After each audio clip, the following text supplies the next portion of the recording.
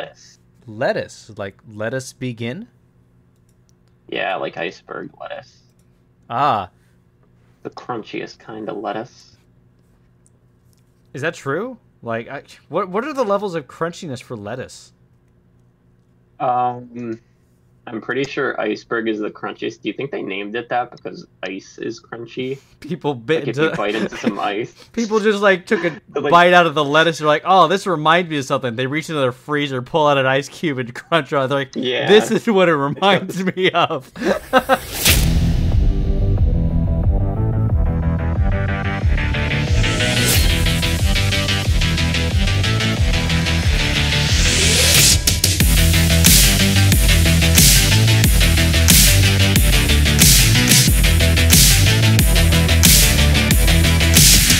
Alright, well, hello and welcome everybody back to Double Dip Draft. I am Cabral, coach of the Hash-Slinging Age Slashers. Joining me today is... Hi, I'm Claire of the Maryland Metrics. I still haven't been caught since last week. I'm on the run. I'm It's hiding actually in the really supply great. closet right now. There are handcuffs on your ankles. How did they get there? I broke free. Do you know that one move you can do where you like jump through both of your arms, like you basket them and then you jump through them? I did like that a jump in rope? my handcuffs. Yeah, and then I started running. Oh my god. I'm currently on the run. Well, we better get this started before that, before you're caught Please again. hurry. So, we are taking a look at the Platinum Division for Week 5, and we've had a couple of very exciting matches. As we've said, in Week 4, we do have a new team to take a look at. We're going to dive into their team, but we're going to have to save that for a little later down the road. We're going to take a look at all the matches that had happened, then we're going to go into the team that was drafted, any changes they made or anything like that, and then watch their match for this week. We have another player that also joined that's over in the Pro Division. Cody and I have taken the time to go into that team and 2 matches that they had to do in 1 week. Very rough for a new player, especially because they just don't know a lot of Pokemon stuff. But with that being said, would you like to introduce us to our first match of the day? Sure. What if you first just match said of the no? day. No, No. no, Now you're tempting me to actually. say so. No, but it's the opposite day, so I'll do so anyway. Oh, okay.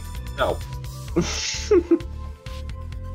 So, for our first match, we got Cody of the Southtown Sandslashers coming off of some rough momentum. We're going to see if he can't improve it with this match. Yeah. He's got some pretty classic picks here, like Grimmsnarl, Zapdos, and Typhlosion. I think they've seen all of, if not 4 matches so far. Then you've got some shocking newcomers like Wigglytuff and Emolga. Correct me if I'm wrong, but I don't think they've been seen yet. Nope, they have not. And then Hoopa, always an insanely dangerous threat with its massive base special attack. Full slap Yeah. a choice scarf or sash on that thing, and that thing's cruising. Oh yeah, absolutely. And with Yeah. Cody being at a 1-3, this is a do or die match for him if he wants any chance to make it the playoffs. Kemeth, of course, being undefeated at this point at a 4-0, and Yep. it's looking not quite in the favor for Cody at this point in the season. This might be something Yep. where once he loses this, he no longer will be able to qualify for playoffs, depending how the rest of the players do this week. Because that makes the biggest difference for that. But with that being true. Yeah, but with that being said, And Cameron, Cameron is trying to fight very hard, even if playoffs is a lock for him right now. He has been quite focused on getting that float to make it into top 8. So yes, even if he is a lock for playoffs right now, you're certainly not going to be getting any mercy. He has been preparing like a demon for this match. yes. Getting some rather choice sets. Choice scarf sets even. So, what I was going to mention real quick is that if you don't know, we've talked about this in the opening and the rules and the all the stuff in the video for Double Dip Draft. We talked about how these seeds would be divvied up for the divisions and going into playoffs, right? So every first place in each division at the end of the 7 weeks, they get a bye. So essentially, they get to skip their first match of playoffs, but the rest of the playoffs contenders have to battle it out to fight them next. Platinum Division has an exception. First and second place get that bye. So Kemeth wants that second place position because currently he and Nihilus are neck and neck, both 4-0. Nihilus at plus 11 and Kemeth at plus 12. So with that being said, they're really fighting for that bye so they don't have to do an additional fight when playoffs start up. All right, so I don't think we've introduced Cameron's team, but of course there are a lot of Pokemon there you might have seen already that are very dangerous. Yeah. I think he used 5 of these Pokemon in his last week match, so I don't think we need to tell you how dangerous they are. No. New addition in Barbaracle, I believe it is a very dangerous Shell Smash sweeper if you can. Be. It can be, depending on the set. So if it gets set up with a Shell Smash, you better hope you got priority. Yeah. But with that being said, I think we're ready to begin. Yeah, definitely the case. Let's go ahead and get that. Where's my mouse? There it is. Let's get that started. There it is. Silvally Ghost coming out, by the way. Yeah, so this Silvally Ghost, if he didn't make any changes from when Cameron and I prepared, this is actually a Magic Coat Silvally set. So if he actually stayed in and called the Sing, and if I recall correctly, Magic Coat will bounce that Sing back on Wigglytuff. Which is very dangerous momentum for Cameron. Yeah, but Cameron, I think, just didn't know what this was running and opted for a U-turn instead, as it was just safer. Cody running It Burn Up. couldn't do any damage anyways. Flash Fire not doing anything at this point. Seismic Toss doing a lot, though. Flamethrower Flash Firing back at Typhlosion. That is also Flash Fire. Extreme Speed doing quite a bit. Seismic Toss is doing much more, and at this point, Cody decides to switch it up. Morning Sun coming out. Yep. Tricking a nice scarf onto this. Always rough.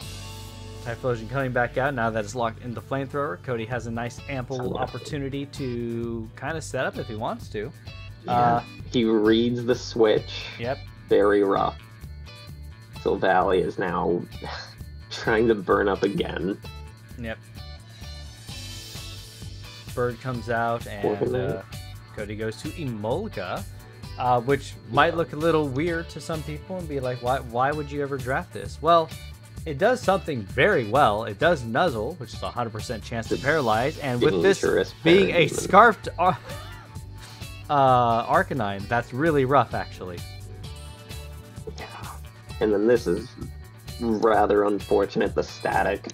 Yep. Tauros outspeeds everything here that is not scarfed at its maximum speed. Yes. I don't believe this was timid, but I could be wrong, but if it was, it outspeeds everything here. Yeah. Defiant dropping increasing attack for Cody, which is kind of nice. Mirror Armor, though, dropping so much defense where, honestly, Bird now dies, but that's okay. Yeah. Recoil also kills the Son of Steel. Zapdos is down, and that was a very big threat. You know, if you parting shot into a Zapdos switch in, now Zapdos is just cruising. Yep. Speaking of cruising, so that's gone. Hoopa just coming in and killing, doing a good job. And at this point, with Arcanine paralyzed, Tauros out, not that like, I keep wanting to say Sagittarius, that's not the name of this Pokemon. Altaria Mega does a lot of damage, also not paralyzed, very unfortunate, but Cody's got a good foot forward at the moment. Yep. This has refreshed, so it is able to live. Yes. And this is a sashed Hoopa. Yes. So it's going to come back. It's going to live. And Shell Smash. This is, in fact, a modest Hoopa set. And this is a Barbaracle at max speed. Yep. So if a liquidation was clicked, it is likely that Cody would have won, or that Cameron would have won. I'm sorry. Yeah, especially with Typhlosion at that speed. Well, it depends. I don't know. Typhlosion is faster max speed than Barbaracle.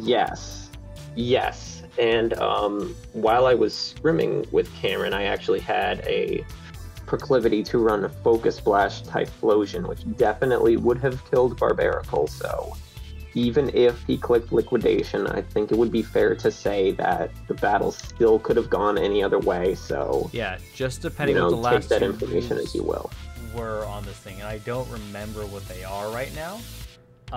Right. But either way, even getting that off, Burn Up prevents this from becoming a like fire type, which gets rid of the weakness it could have had. So if Cody had some way to burn up quickly and then get some HP back on it, I don't know if it gets Morning Sun. I think that's an Arcanine only move, but I'm not too sure.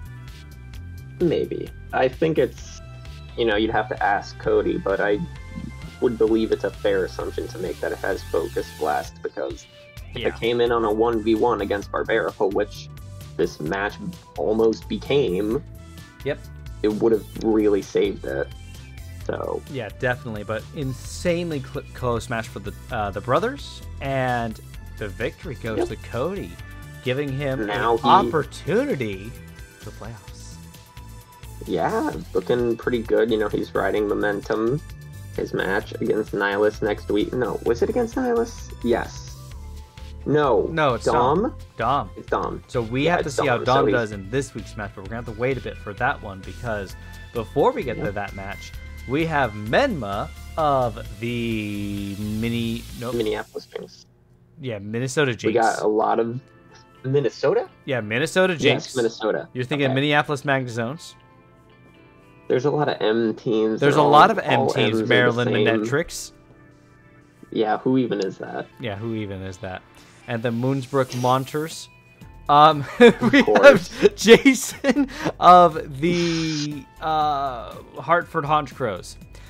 And we got an interesting lineup of Pokemon here. We do have a Hail Setting team. We do have Gliscor here, which can be a lot of fun and do quite a bit to a couple of these Pokemon. Blisscephalon here to honestly go fast, hit hard, and Melmetal just take hits. We have seen Chatot come every week almost? For sure, a few times. For sure, a few times. Last time running Scarf Chatter, so that might be back. Very possible. Very possible. And Menma has brought this exact team, well, not this exact team, but the four staples of Menma's team have been Dracozolt, T-Tar, Scizor, and Nidoking, and they have come every single match so far. Ooh. Yeah. They know what works, so by God, they're going to use it. I mean, it's good. Let's be real. Setting up Sand Rush Dracozolt, Nidoking is great to get that little special defense buff. Scizor is great to set up in Sand as well, because it doesn't get any buff to it, but it can just sit in Sand. So it gets the chip on the enemy while it just sits there, and it's Scizor, so it's probably going to be packing Roost. Absolutely. It's a physically defensive beast, so if there are any physically defensive or physically offensive mons like Gliscor, if it's not packing Fire Fang, Scizor probably sits on it. Yeah. Goodras is an interesting choice, by the way. Yeah, but you know what? I guess I can't say for sure what this Gourgeist would excel at, but it's there. It's got some pretty good stat spread. Yeah. If it's holding a Scarf, maybe it can come in. But I just don't see it getting too much against this team. No. And I don't think we're going to see a lot of it in this match. I don't think we ever see it at all. This is the second time it's come and hasn't had a lot of use yet. So we'll have to take a look and see. But for now, let's get started to see how these two combatants did. Starting off with snow. No, wait, sorry. Starting off with sand. Gliscor coming in, getting Toxic Poison. That's great for it. Stealth Rock setup and kind of letting this set up. Chatot coming out for some reason. I don't understand why it did that. I think Jason expected to Scarf Chatter, but... Well, Chatot can pack Heat Wave, and I think that's the main reason why he lost against the other person. Could be. That had base form Scizor. Chatot didn't pack Heat Wave. I think he learned from that. He packed Heat Wave on this Chatot, but he did not seem to remember that Scizor is very likely to pack Bullet Punch. Yeah. Dynamic Punch, by the way, dealing with Scizor handily. Losing Blisscephalon early really sucks because Blisscephalon's so good. Yeah, and of course Nidoking packing Ice Beam, which it is very prone to doing. Nidoking gets such a good move pool and variety that everything just kind of dies to it. Sheer Force Life Orb with special attack moves, it's so good. It's really good. And then Tyranitar easily comes in to set stand after Vanillish. Yep, Vanillish wanting to get a little bit of speed and then promptly dying. But, goodbye. Yep. Now, Dynamic Punch missing is so fun because this is a blunder policy. Yeah. Which is actually insane. Very because spicy. Here's the thing. You look at this matchup. If he's running Ice Punch, he wins this right now. Well, does he break through Mantine? Depends what else he's running. Double Iron Bash does okay against it. It's not going to kill Mantine. Mantine is Probably very not Mantine. physically. I will give Menma this. If it had Ice Punch, sure, Dracozolt died, but at the point where it became Melmetal versus Mantine, that battle is a loss for Jason. Mantine is very physically bulky. Mantine is very physically It has bulky. recovery. It has Scald. Yeah. Combine all those together, that's just a fight Melmetal cannot win. Yeah, that's true. Because I do not believe it gets Thunder Punch. Or it doesn't get Fire Punch. Either way, I think it doesn't gets really Thunder matter. Punch. It does get Thunder Punch, but at this point he only has one other move, which he might have been running, but Ice Punch has a lot more utility against what's left. But very scary Melmetal set for sure. For sure, yeah. But, you know, it's a pretty good match. You know, I think Jason did a little bit of swapping there. There was a little bit of indecisiveness on Jason's side. If he just committed, you know, he was swapping a lot into moves that did not want to take a bullet punch. You know, he kind of sacked Blacephalon and Chatot to bullet punches. Yeah. That I think Melmetal could have come in hard on because it's Melmetal. It's very physically defensive. Yeah, Melmetal's usually a decent bring-in against Scizor. Yeah, especially since it has Acid Armor. Yeah. You know, you have Melmetal's absolutely absurd defensive stat and Acid Armor. Now you're just sitting on Scizor. You're forcing it to switch out when it has that ×3 boost to its attack. Mm-hmm. And if you had those two Mons, I think the flow of the battle could have changed significantly. Yeah. Definitely could. But, you know what? It's not impossible for either side to make playoffs, so we'll see how it goes. Yeah. Well, at this point, with where Jason is in score, we'll have to see later for sure. I think Jason's likely out of contention for playoffs based off of this.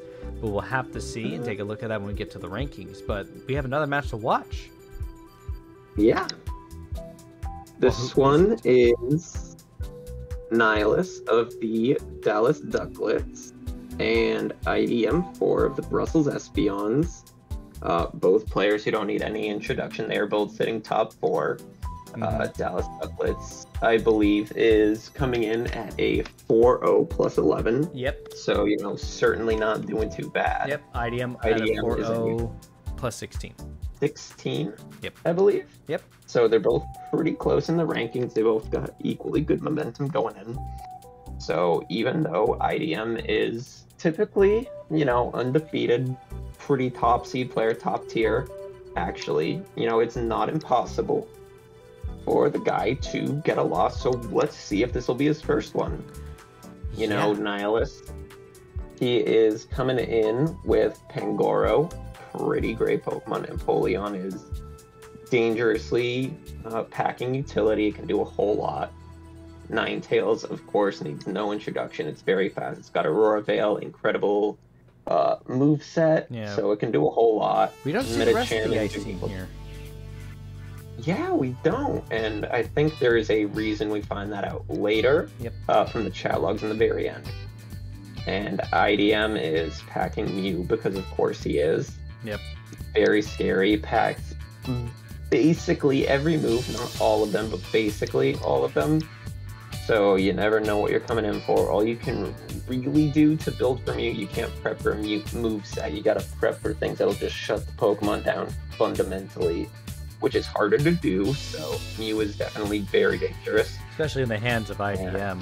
One of the things I've noticed is IDM has brought a lot of counters to a lot of Pokemon, except the only thing that really deals with Scizor is like Executor Flamethrower.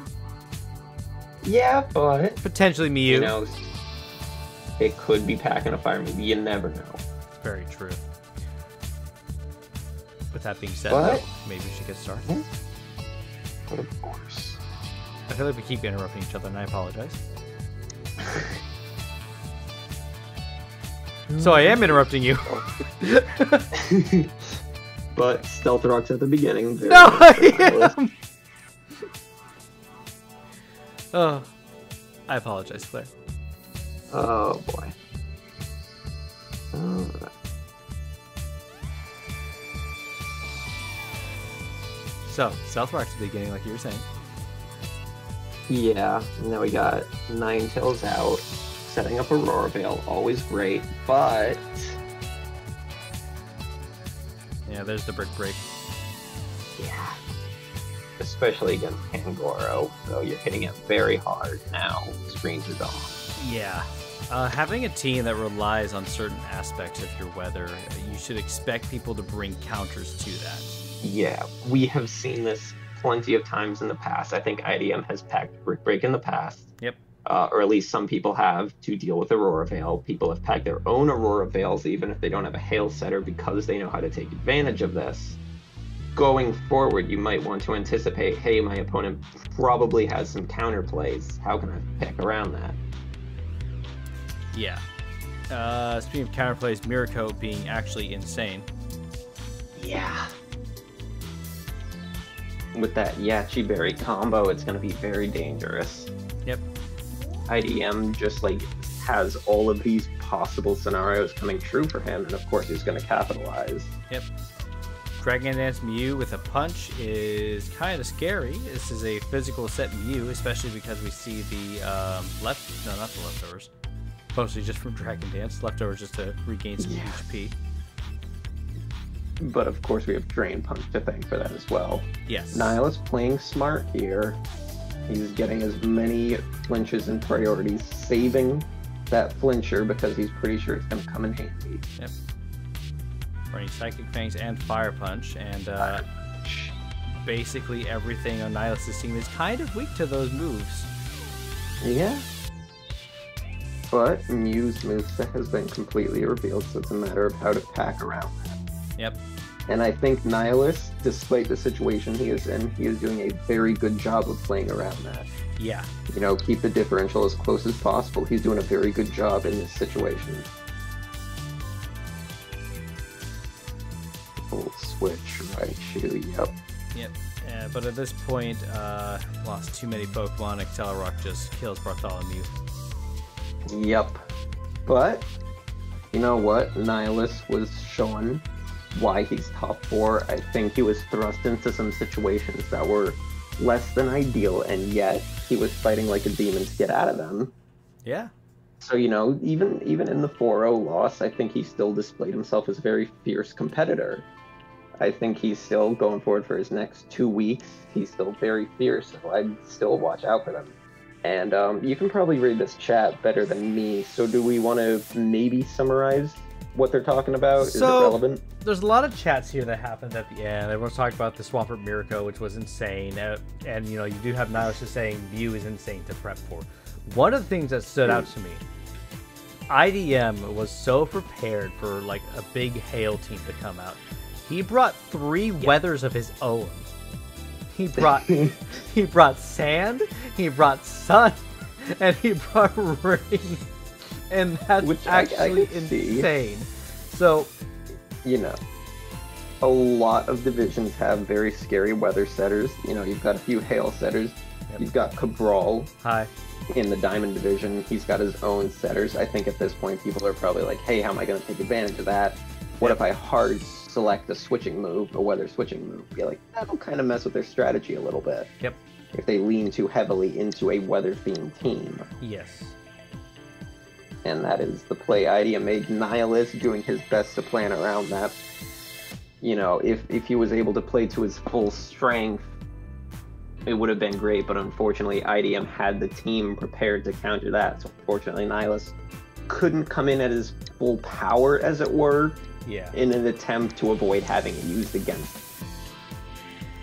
Yeah. And that's one of the scary things about when you have your own weather team, as I learned from you last week, is that when you rely too heavily on one side, and people expect that one side to come or just that one weather to come and expect you to rely on it, they're going to take advantage of that reliance and dependence on it.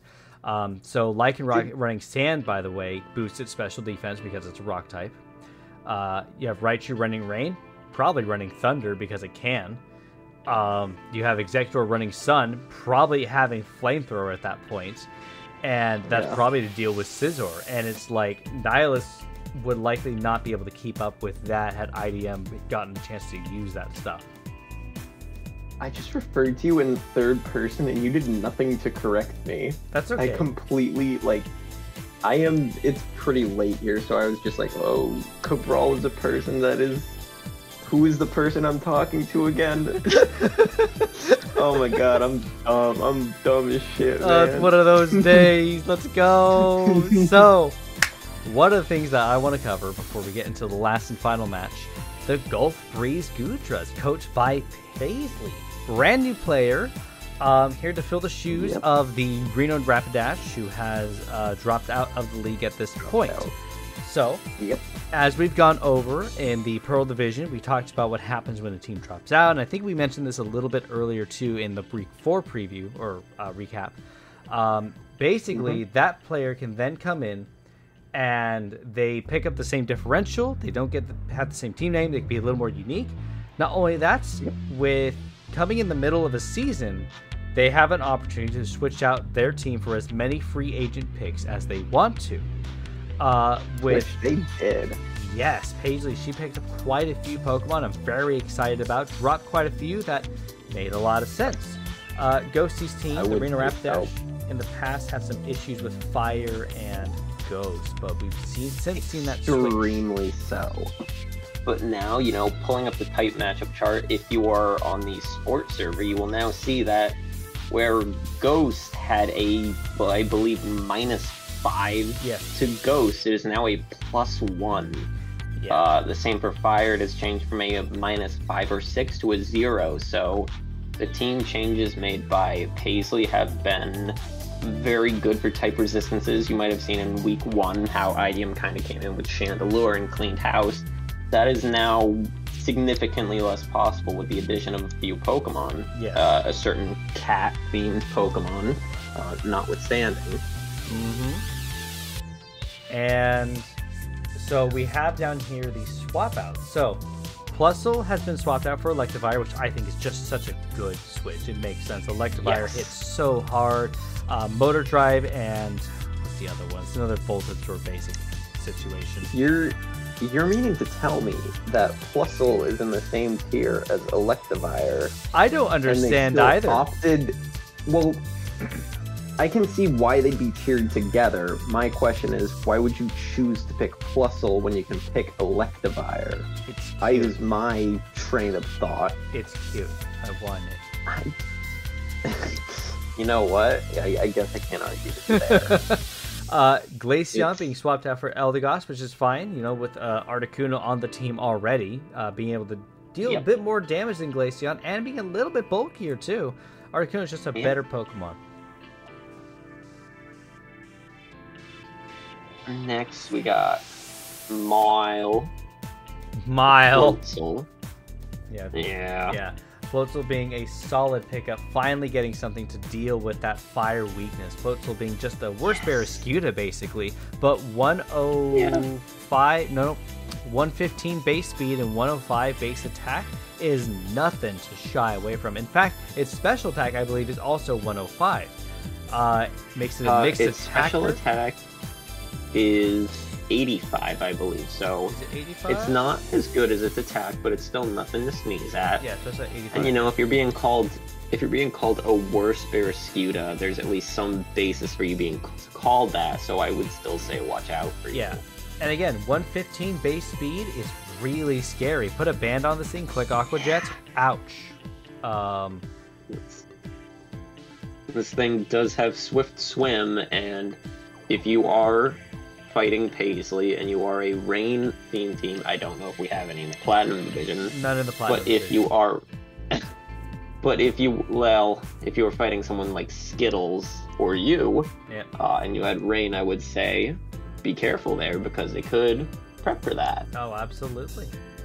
Latios has also been swapped out for Hydreigon, a way better pickup. Dragon Dark is a good typing, getting that immunity to Psychic. Levitate, really nice because that ground weakness was an issue before, but no longer a major concern. Well, it wasn't that weak. Latios also had Levitate, but I would say Hydreigon is just a better pick. It's just a better utilizer of Levitate. Yeah, definitely is. Next, we got Mesprit for Oricorio. Oricorio's, and this is all forms of Oricorio, so, all 4 forms of it. I believe you got Ghost, Fire, what was it, Fairy, and Electric? It's Ghost, Fire, Electric, and Psychic, I believe is what it is. Oh, yes, that sounds more right.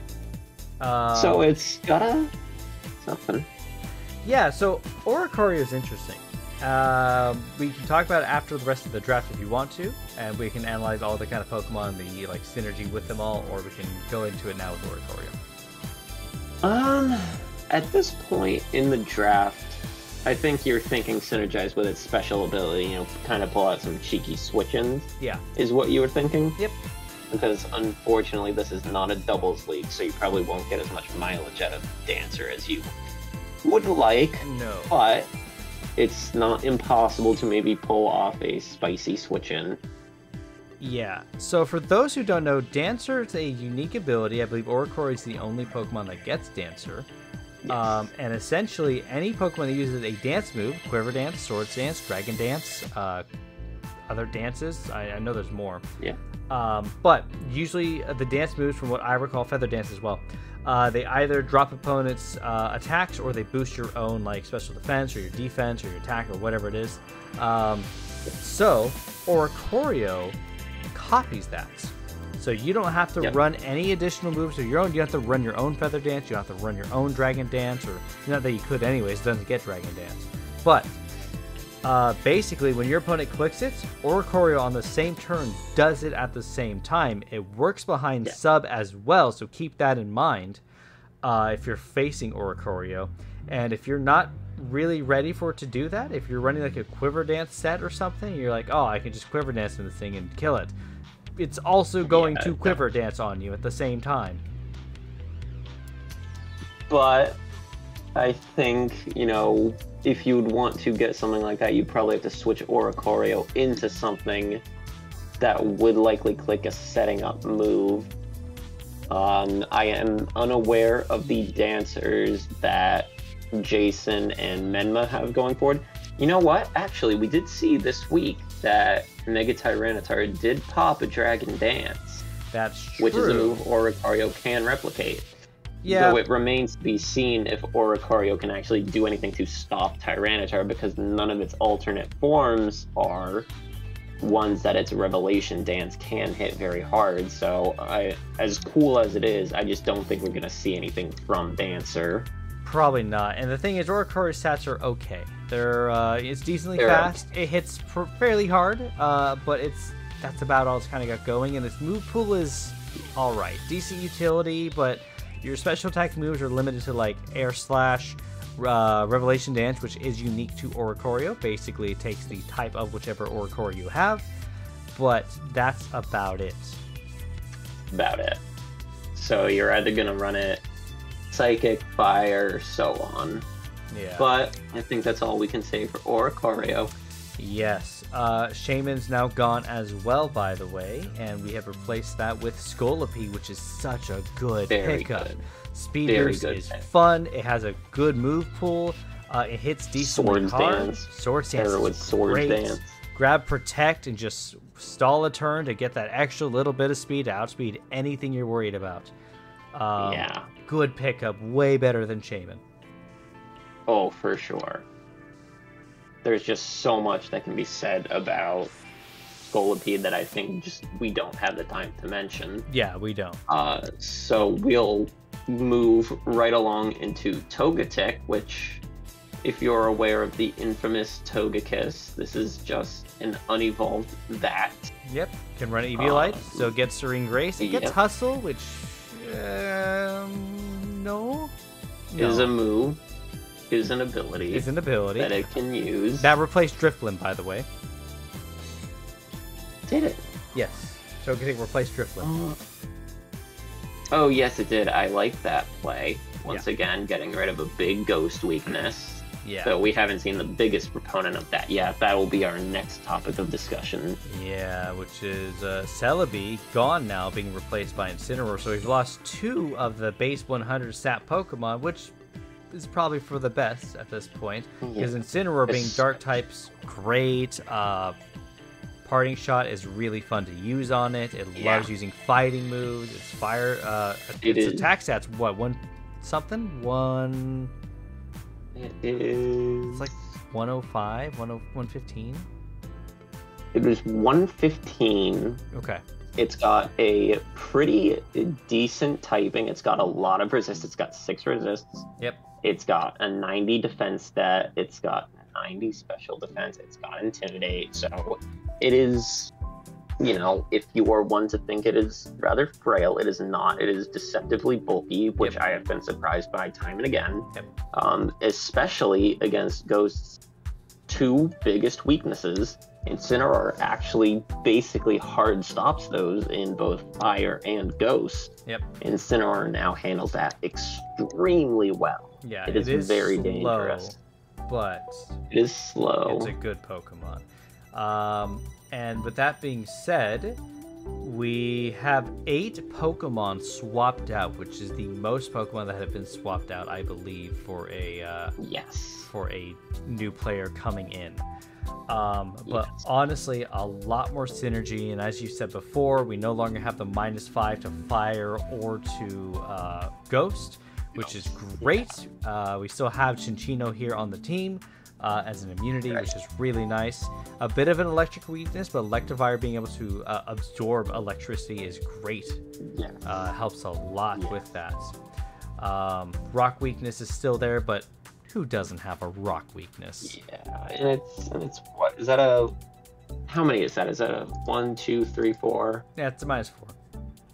-4, but you know what? You've got some bulky mons on the team that'll deal with it. Oh, Jirachi is great against that.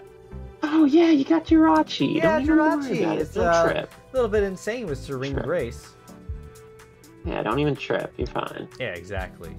But overall, I think this is a really promising team. I think it fills a lot of holes that the old team had before, and we guess we'll just have to see how Paisley does in our last match. Yeah, here we go. We got, I believe I introduced the previous one, so it's all you, buddy. It's all me. Oh, I'm so special. We have Dalvazar of the Cincinnati Cyndaquils fighting Paisley of the Gulf Breeze Goodras. Paisley's first ever match, and it's not necessarily do or die for Paisley, but Dom is looking for a victory if he wants to make the playoff at this point. So, what do we got lineup-wise? Any good standouts you might see? Clefairy came for the first time. That's exciting. And Lapras also came for the first time. I believe Lapras was to... Sorry, I didn't mean to interrupt you for the 8th time today. Oh, no, I was just kind of generally talking about Lapras. It is a pretty good pick. Might see something from it going forward. Yeah, I believe it was grabbed to deal with Floatzel, because it kind of takes hits from it all day, especially if it has water absorbed. Yeah, you're not wrong, but we did not see Floatzel. No. But, you know, it is part ice type, so it can possibly deal with Hydreigon and Eldegoss going forward. Yep. Also water to deal with, whatchamacallem here, Incineroar. Incineroar. Yes, very true. Hydro Pump it just loves slapping a fire type in the face. It definitely does, yeah. See, you just gotta run a fun strat, right? You grab your water type, click Soak, and then get Freeze Dry. And then just call it a day. Ooh. Yeah, that would be pretty spicy. Would it be pretty spicy, wouldn't it? Just click soak, you lose your stab, and then you die to a freeze dry. Would be insane. That sucks. I doubt that comes in. That's a very niche, dumb set. Don't run it because apparently I create only bad ideas because we have seen a match in the Diamond Division. Someone else stealing my Aqua Ring set, and Aqua Ring is not something I recommend. I think it is a very loving adaptation. It takes what you did and it packs a very special item that I believe takes it a step further, which, yeah, if you watch the match, it actually kind of helped. Yeah, definitely Believe did. it or not. And also go check out the other videos alongside this. Cody and I take care of the Pearl Division, and of course Cameron and Cody take care of the Diamond Division, which Claire and I were in. And we fought this week, by the way. We did. That was a good match, but I'm going to be honest. I don't think it was the highlight of the division that week because of, I believe, the last match played this week. Skittles versus Aelin, I do believe that would be the highlight of the week. I would, yeah. Speaking in all honesty. I have to agree with that as well, honestly. But speaking of highlight matches, this isn't a super huge highlight match. I think, honestly, brother versus brother was probably the biggest match this week. But this is something that Dom needs to win if he wants to make playoffs. Yep. So, and this is the first match for Paisley, so let's see how she does. Yeah. Starting off Incineroar and immediately having Clef Key in and just setting up Reflect. Knockoff crit, not doing a lot of damage at all at this point. Dom getting some spikes up. They are losing the light play. You know, the Brick Break is a constant thorn in the side. It is. Incineroar just does a whole lot. Yeah, here. Incineroar just constantly hitting moves to try and just kill Moon over here. Unfortunately, there's not a single Mon on Dom's team that likes being in on Tyranitar. Either it gets hit with a knockoff, or it gets hit with a fighting move. Incineroar just kind of does it all. Yeah. You said Tyranitar, you meant Incineroar?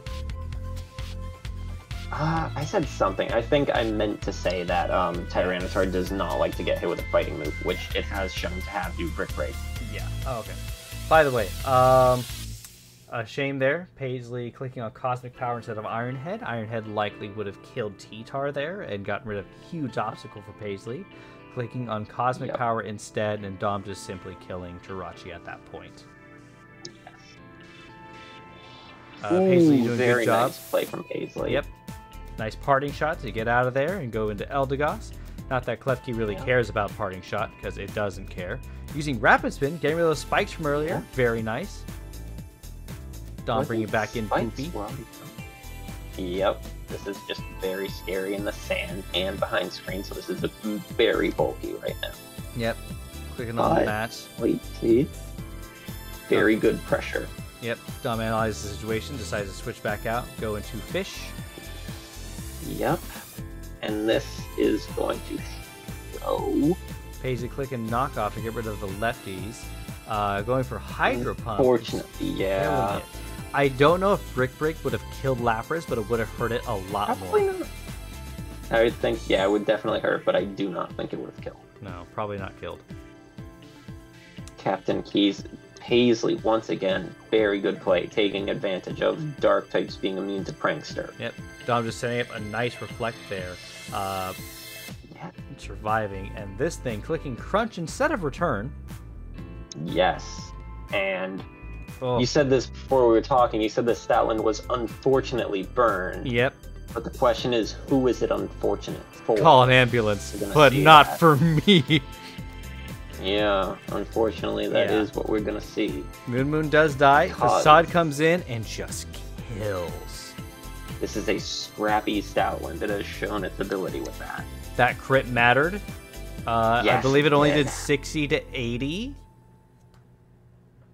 Yeah. Yeah. Protect coming in just to get that little bit of speed. And Mega Horn barely doesn't kill. Yeah, barely doesn't kill. Scolipede survives, which is very surprising because Scolipede did not strike me for a bulky Pokemon. Dom sacking the keys because at this point there's no need for them. Going into Zygarde, probably just clicking extreme speed, and there it is. Yeah. I wonder if there was any counterplay, if you could have swapped into Eldegoss. I don't know. I don't think Probably so. not. Even By then, this point, yeah. it would be a very dangerous minefield. Yeah, it definitely would be. Because Lapras is running Ice Beam, and that does a lot of damage to this. And Giga Drain does a bit, but it's like, you know, there's also Zydog that's still here. Click Outrage, you do kill it. So any bit of damage or chip, like Stoutland could have came in still, Click Facade, done a ton of damage. Zygarde comes in, Extreme Speed or Outrage, just kills it. So at that point, it was a matter of diff rather than winning for Paisley. But going 3-0 against Dom is really well done for a first match. I think your first match. I think Paisley played it really well. Yeah, I mean, all those switch-ins to Prankster taking advantage of the dark type immunity. If Paisley was not aware of competitive Pokemon beforehand, then she has definitely been adapting to the lessons very well. Very similar to Doodled in the Pearl division. You know, it may be like your first experience with competitive Pokemon, but clearly you are ready to learn from your peers in the league. You're learning very well. You're able to take advantage of the abilities the other team has. So I think that already paints her as a very dangerous competitor for the rest of the division. You know, I say that about the other new competitor over in Pearl division as well. By the way, you'll have to go check that out. Code and I do an in-depth dive into the match of the San Fran Furrets new team over against Aurora and Mass. The Aurora fight is something crazy. But no spoilers on that. You got to go check out the video and find out what happened. I love that I say no spoilers, by the way. People are watching the video have already seen the matches. These are coming out later. We're just analyzing them so they can see all the details again. I don't know. Sometimes people don't watch the matches. They might be busy. They might be waiting for the recap. Why would they wait for the recap? You can watch the match and make your own recap. I don't know. It's definitely a play to make. But yes, unfortunately, even going into this, despite the close loss, you know, Paisley is adopting a 0-4. So, as they say in the Avengers, you know, you can't save it. You can't save the playoffs, but you can be damn sure that she will avenge it, as it were. So she will try to drag your ass down if she has to. She's fighting like a demon. Yeah, absolutely. And with that being said, we do have our rankings this week. And we know at this point now who's making it to playoffs and who's not, with one exception. Yes. Would you like to go over the top four and I'll go over the bottom four? Sure. So, for our top rank, of course, I'm sure nobody is surprised to hear this. It is IDM 4 of the Brussels Espeon at a 5-0 plus 20. Very nice. Coming in second, you have the Neerdowell Nidokings, Kenneth, in 4-1. Yes, 4-1 plus 10. Third place, Dallas Duckletts, Nihilus, the 4-1 plus 7. So even the top two slot is still readily in contention here. So nobody give up on that yet. Yep, but that's just for the top two at this point. For the top, yes. Following that, we have Minnesota Jynx, Menma at 2-3 plus 1. Yeah. And that is where we are currently at with our top four, but I'm sure you have plenty to say yourself with the fourth place. I mean, I have like 6 discuss things. Our bottom four. Yeah, I got like 6 things to say. We do have Dalvazar, Dom, at 5th place at a 2-3 minus 2, and Cody in 6th place at a 2-3 minus 6. Followed up by Jason at a 1-4 minus 9, and Paisley rounding out the bottom at an 0-5 minus 21. So, second place is still in contention between Nihilus and Kenneth at this point in time. It is, with how ID has been playing, I think he may go undefeated this season. You never know, but I do think it's likely we see IDM maintain his record of winning overall. Yeah, he still does have to throw down with Cameron. Yes. Who, you know, IDM has Mew, which is that dangerous unpredictability factor. But Cameron also has Silvally, which also contributes to that unpredictability factor. So, Yeah. I think I could see that match going either way, to be quite honest. They're both very strong competitors. And, we had a pretty close IDM match against Dom. Yeah. So it's not impossible to bring it close against them. If you bring your A game, it can be possible to maybe break that undefeated streak. It might be. Maybe we'll see our first undefeated streak. Yeah, we'll have to definitely wait and see for that. But at this point, with how things are looking, I do doubt IDM loses his other match against Menma. That's just me personally. Things could change. You never know. But just based on how things are kind of playing out and looking, if IDM even gets one loss at this point in time, it's very unlikely he loses this first place spot. And I think he's fairly locked in for first place. I would say so. Second place, though. Second place. We have definitely an interesting point of contention. Yeah, we have talked about this before.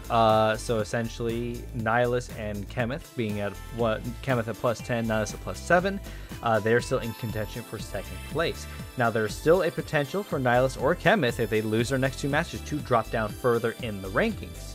But they can only drop down as far as fourth place. Just due to the nature of there being two matches left, they can only lose. The lowest score they can get is a 4 and 3, which means that they cannot drop lower because everyone from 5th and under has 3 losses. 4th and under has 3 losses right now. If you lose any more than that, you're out of playoffs. Yes. So with that being said, we have 3 people we're going to be watching for next week and for the final week as well. With Menma at 2 and 3 +1, Dom at 2 and 3 -2, and Cody at 2 and 3 -6. The scores are close. The differential is right there. This next week, it's Cody versus Dom, and that's and that's going to be a really fun match to watch. It will You're fighting for at least 5th. Yeah, it will determine, I believe, who will and will not make it the playoffs. Menma also fights IDM this week. I think it may come down to the match between Dom and Cody to really see who makes it or doesn't make it. Now, just because that match happens, even if Menma or Dom lose, and let's say Cody wins, if Cody loses his very last match as well, it's still up in the air for fourth place. It's not impossible for Dom to win after that point as well, and for Menma to either lose again or whatever it is, because fourth place is in contention between these 3. Someone needs 2 wins, and that's where we're at. Now, I think Cody's path to victory, judging by past performance going solely on rankings right now, I think Menma has a rather tough spot to be in. You got to fight IDM. Yep. I think it is very possible for Cody to get 2 wins. He is fighting Dom, who is definitely a scary contender. Like I said, almost beat IDM. Yep. But I wouldn't. Cody is not going to be fighting people like IDM or Cameron anymore. He's not going to be fighting people that are in top 4. He's already had those matches. Yes. He's going to be fighting people in the same standing as he is, basically. I think his most ferocious matches are out of the way, whereas Menma has to fight IDM. And then Paisley. I think it's So I think it's possible for, I could see the match against Paisley going either way. But I think it's possible for Cody to get 2 wins. If he gets those 2 wins, it kind of doesn't matter. Menma would also have to get 2 wins. Yes. It's a very... And Dom has to fight Nihilus in his last week. Yeah, so Dom, I think, probably has the biggest uphill battle for this. Yes. But again, there's a lot of ways this can work out. There's a lot of mathematics to be like, well, just because Dom lost that week, even if Cody loses the week after, let's say Cody loses to Jason for some reason, like Dom is still in contention for playoffs, depending how Menma does now. Literally, each of them is relying on the other's matches in this circle. So it just depends. And if we get any ties, depending what happens, it might come down to a head-to-head. So for instance, Dom lost the head-to-head to Menma. Cody... No, sorry. Dom won the head-to-head to Menma. Cody lost the head-to-head to Menma. So if we get any ties coming in, that's going to be really interesting. Yes, especially since, you know, if Cody does win against Dom, you got a triangular situation going. Yeah, I think was tossed around the last season, actually, but we thought it was just so inconceivable to happen. No. Who knows?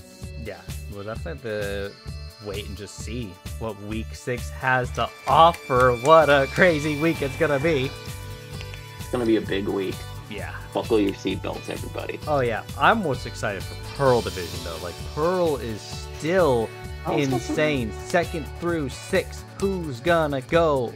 You literally don't know. Exactly. That entire, top 4 is insane. Bottom 4. I think, there are so many people in the Pearl Division that could get playoffs. I think it is the division to watch. Although, I would also say that 4th slot in this division is also the place to watch. So there's a lot of fire going around right now. Yeah, absolutely. And I think the fire's kind of kindled, been a little snuffed in Diamond Division. I do still have a chance of playoffs, but we'll have to see how that goes. I'll do my best to beat Black Captain for you, my guy. Oh, thank you. I'm sure Black Captain will love hearing that in this video. And with that being said, thank you so much for watching. If he sees this.